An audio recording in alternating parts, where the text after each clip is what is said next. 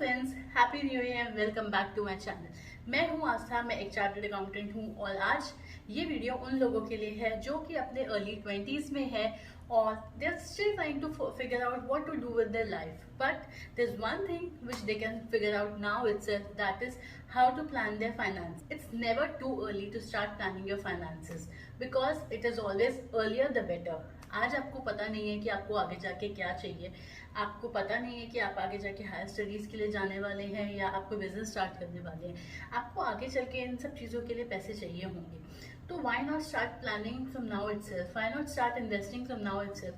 Maybe you don't know where towards what you are investing, towards what you are saving, but it's okay. So what if you have money, चाहे आपको थोड़ा आपकी salary कम ही क्यों ना हो, फिर भी आपको अभी से इन्वेस्ट करना शुरू कर देना चाहिए, which is always good for you. The second point is the benefit of compounding. आज आप जितना इन्वेस्ट करेंगे आपको आगे चल के उससे ज़्यादा पैसा मिलेगा बिकॉज ऑफ कंपाउंडिंग। क्योंकि आपने सुना होगा जब आप अपने पैसे इन्वेस्ट करते हैं तो आपको उस पर इंटरेस्ट मिलता है, फिर जब आप उसको री इन्वेस्ट करते हैं उस पर और ज़्यादा इंटरेस्ट मिलता है। इस चीज़ को कहते हैं कंपाउंडिंग। एंड फ्रेंड्स, एक बहुत ही इंटरेस्टिंग चीज़ मैं आपको कंपाउंडिंग के बारे में बताना चाहती हूँ।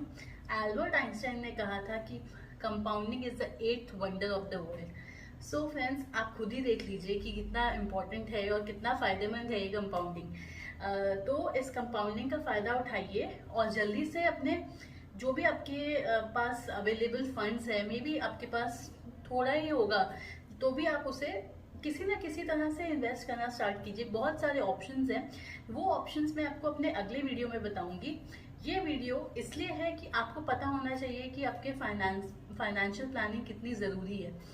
Other thing, why you need to plan your finances, because आपको आगे जाके कभी भी ऐसा लगे कि हमें ये करियर स्विच करना है, हमें ये जॉब पसंद नहीं है, लेकिन अगर आपके पास पैसे नहीं है तो आप ये मूव नहीं कर सकते हैं, आप बन जाएंगे उसी जॉब में। पर अगर आपके पास थोड़ी सेविंग्स हैं तो आपके लिए इजी हो जाएगा अपनी जॉब स्विच करना या अपने मन चाहे जॉब में जाना है, या जॉब नहीं भी करनी है, आप खुद से अपना बिजनेस स्टार्ट करना चाहते हैं तो आप वो भी कर सकते हैं, क्योंकि आप फाइनेंशियली सिक्योर हैं because you started planning your finances from an early stage itself. So think about it. May be आज आपको ज़रूरत नहीं लग रही है, बट आगे जाके आपको करियर फ्लेक्सिबिलिटी के लिए भी बहुत अच्छा है। अगर आपको अपना पैशन फॉलो करना है तो आप वो भी कर सकते हैं। हम में से किसी को भी लोन या लाइबिलिटी में रहना पसंद नहीं है, तो उसके लिए भी फाइनेंशियल प्लानिंग करना बहुत ज़रूरी है। अगर आप पहले से ही अच्छे से अपनी फाइनेंशियल प्लानिंग करना सीख जाएंगे तो आप अपनी डिपेंडेंसी डेट के ऊपर से कम कर सकते हैं, लोन के ऊपर से कम कर सकते हैं। मानिए आपको आगे कुछ साल बाद आपको एक घर खरीदना है या कार खरीदनी है और आपके पास पैसे नहीं है तो आपको ज़्यादा लोन लेना पड़ेगा। लेकिन अगर आपने कुछ पैसे पहले से सेव किए हुए हैं तो आप वो पैसे यूज़ कर सकते हैं towards buying your own house, towards buying a car और towards taking an education loan. तो इन सब चीज़ों में भी आपकी सेविंग्स आपकी हेल्प करेंगी। मे बी आज आपको ज़रूरत नहीं है पैसों की, लेकिन आपको आगे चल के पैसों की ज़रूरत पड़ सकती है because life is unpredictable. So it's always good to be financially secure and have some savings with you. I am sure आपके पेरेंट्स भी आपके लिए इन्वेस्ट कर रहे होंगे, उन्होंने भी आपके फ्यूचर के लिए सेव किया होगा। But friends, it's time to take charge of your expenses, be independent and आप उनकी गाइडेंस लीजिए बिकॉज उन्हें काफ़ी पता है और उनकी गाइडेंस लेके आप इन्वेस्ट कर सकते हैं। वो आपको बता सकते हैं कहाँ पे इन्वेस्ट करना चाहिए और कहाँ पे नहीं करना चाहिए। तो अपने पेरेंट्स को हमेशा लूप में रखिए कि manage our finances we can actually use the basic 50-30-20 rule, according to which 50% of your income should be spent towards necessities, 30% should be spent towards your wants and 20% should be your savings, which means जो 50% है वो आपकी necessities जैसे कि rent हो गया, bills हो गए, यूटिलिटी के बिल्स हो गए एंड आपकी ग्रोसरीज हो गई, इस तरफ जाता है। 30% है आपके वांट्स जैसे कि कभी शॉपिंग कर ली, मूवी चले गए, ट्रैवलिंग कर ली, इस टाइप की चीज़ें 30% में जाती है and then 20% are your savings. You are free to save और invest the way you like it.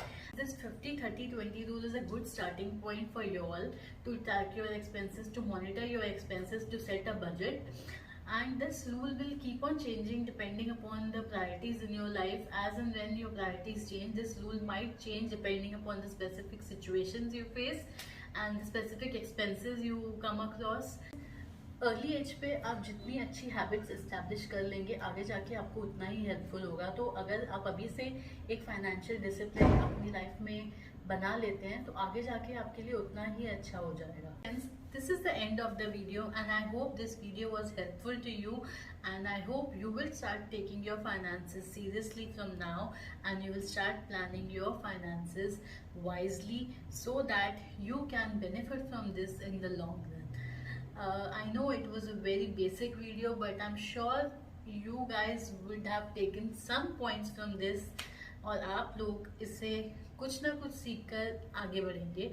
I wish you all the best. Before I say goodbye, please like, share, subscribe to my channel so that I can get motivated and keep making more videos.